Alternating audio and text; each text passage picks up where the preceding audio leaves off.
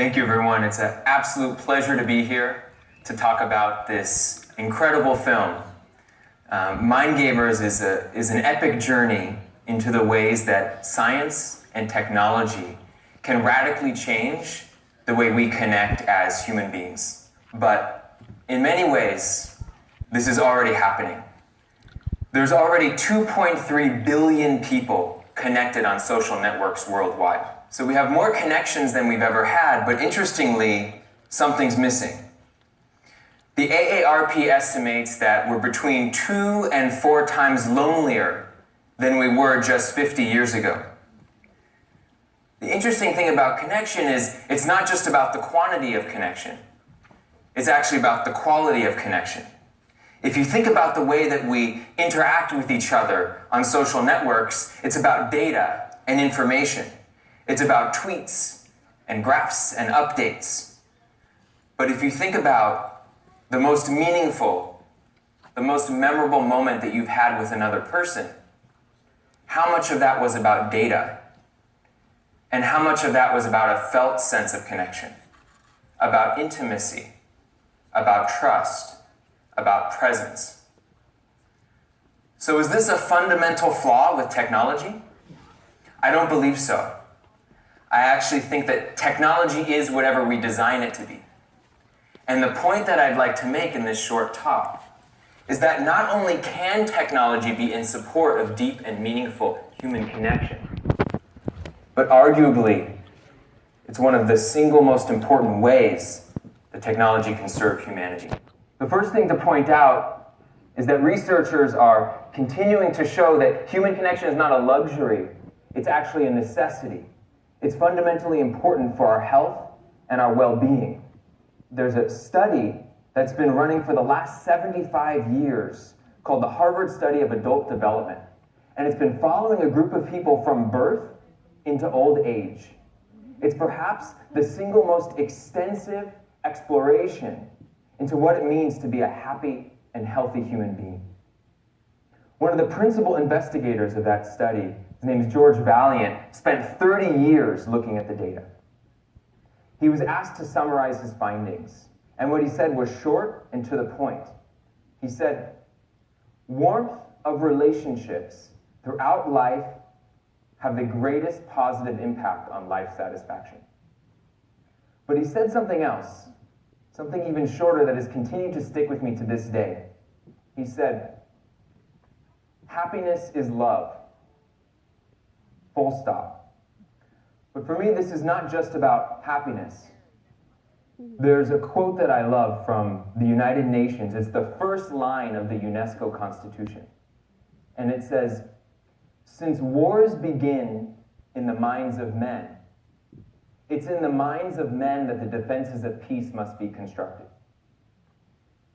For me, this is a clear recognition at the highest levels of world governance that external conflict begins as internal conflict, and that we can actually solve our global crises from the inside out by changing the way we connect to ourselves and changing the way we connect to each other.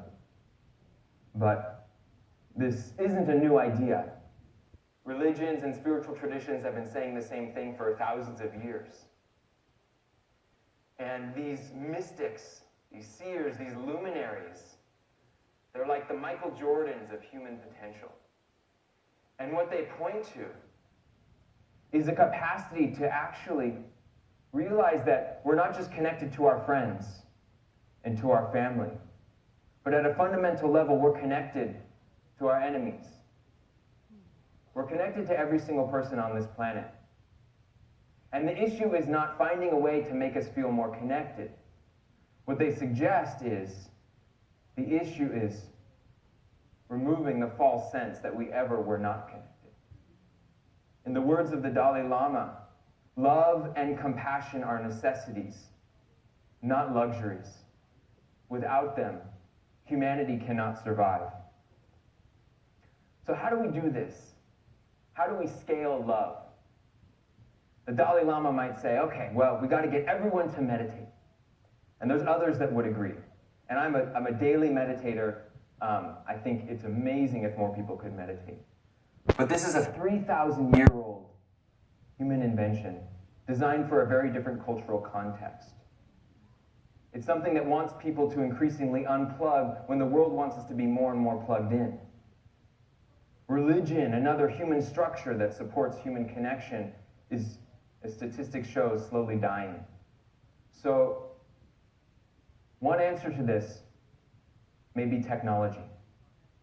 Interestingly, technology is one of the most universally accessible cultural constructs on the planet. Religion, music, food, language, these all are incredibly divisive. They don't translate from one culture to another, from one country to another. But over 90% of the planet has an active cell phone account. So my question is, how do we create secular, science-based tools that are designed to increase human connection, compassion, and unconditional love on a global scale? And the good news is I actually think this is well underway.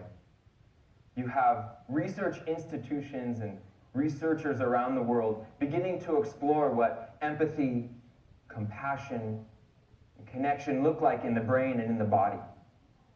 Where I teach at Stanford, we have the Center for Compassion and Altruism Research and Education. And they actually bring in folks that have spent, in some cases, tens of thousands of hours cultivating profound sense of compassion and loving kindness in ways that are really hard to imagine. And they actually study what that looks like in the brain. But the science is just the first step. I'll give you some examples.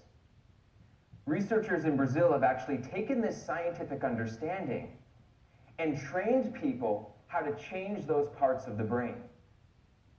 What they do is they put them inside of a machine called an fMRI machine. And this is $1 million piece of equipment that actually allows you to see what's happening inside the brain in real time. But they don't just stop there.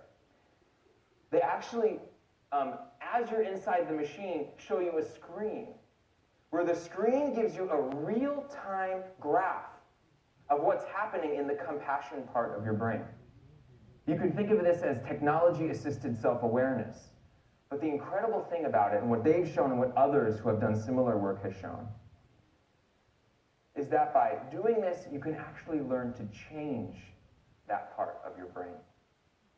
We're actually seeing a whole bunch of virtual reality applications around empathy.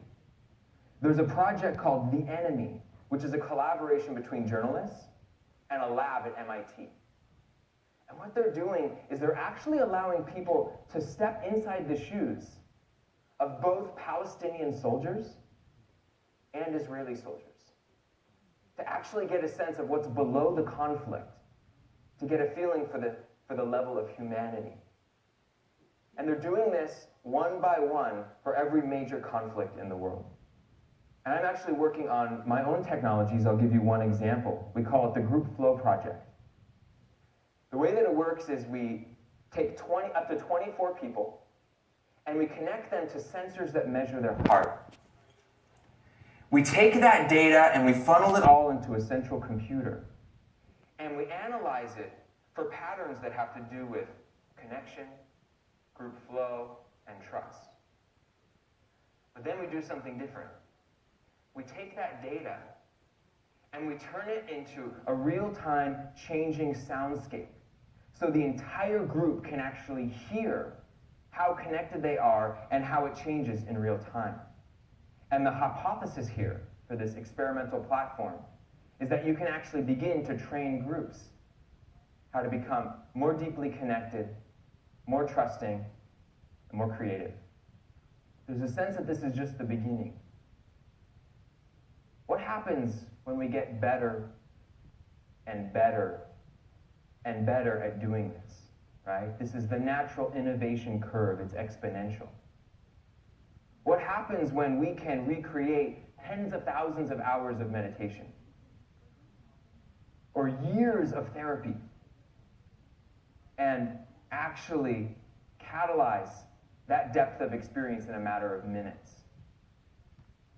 And what happens when that's available not just to 10 people sitting in a room, or, as we're going to talk about today, 1,000 people at the same time, but what happens when that is at the scale of millions or billions? Could we see a radical shift in collective human consciousness in a very short time? So for me, this is not just about an optimistic look of what I would like the world to be. And it's not because I think that we just need more technology for the sake of it. And I'm also not doing this because I think that human beings are incapable of connecting without technology. The reason I'm doing this is because when I look around, what I see is technology becoming increasingly ubiquitous. I see the next generation being born into a world where devices will mediate almost every aspect of their lives. But it's not just about there being more technology. It's that this technology is becoming more potent. Innovations like brain stimulation, biometric wearables, and virtual reality will be able to more significantly influence the way we think, feel, and live than any other invention mankind has ever created. I don't think we actually have a choice about whether this technology will emerge or whether it will have the capacity to influence. But I do think we have a choice about how we design that technology.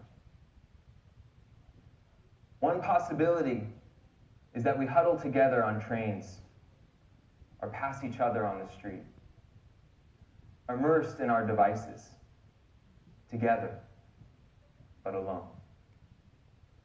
Another possibility is that we use this technology to fuel an evolutionary leap, to connect us in ways we could never imagine, to perhaps become something greater than the sum of our parts, together.